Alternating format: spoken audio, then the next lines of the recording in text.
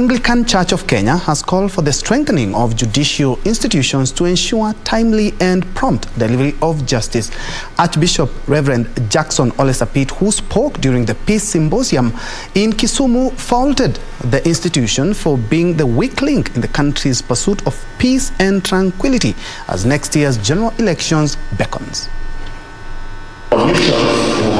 During a peace symposium that brought together stakeholders including the Anglican Church of Kenya, the National Cohesion and Integration Commission, among others, to chart a path to sustainable peace ahead of next year's election, the church challenged judicial institutions to step up capacity to deliver in their mandates.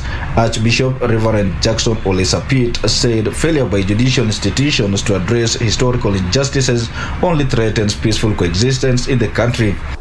Good governance also ensures that justice is served to all citizens irrespective of their class, race, gender, religion, or age in a timely manner.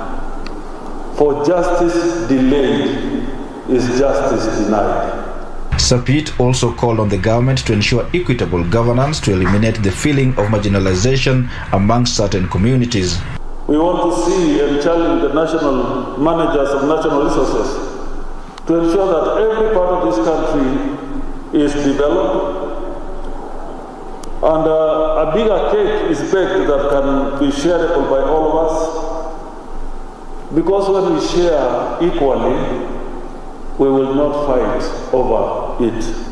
He urged Kenyans to shun leaders who preach hatred and instead partake in initiatives that promote peaceful coexistence.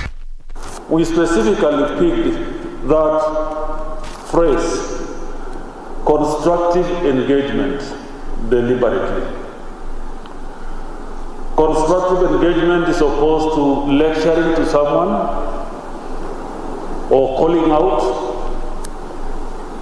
or firefighting.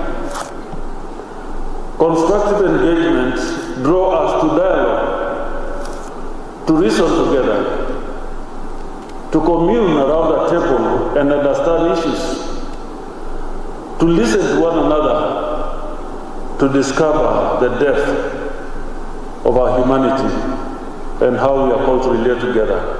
On his part, the National Cohesion and Integration Commission Chair, Reverend Samuel Kobia, urged the Independent Electoral and Boundaries Commission to be firm and transparent in its endeavors to create trust among stakeholders. It is because of the lack of trust of IEBC that the elections results were disputed, because they didn't trust that what was being declared was actually the truth. We must design an electoral system in our nation such that we really live up to the tenets of democracy, which was not just a process, political process for its sake, but for a certain outcome. An outcome that convinces people that those they put in power are by the will of the people, demonstrated by the results of the election, properly run by competent bodies, where, as we celebrate the victory by the majority, those who lose or the minority accept the results as legitimate.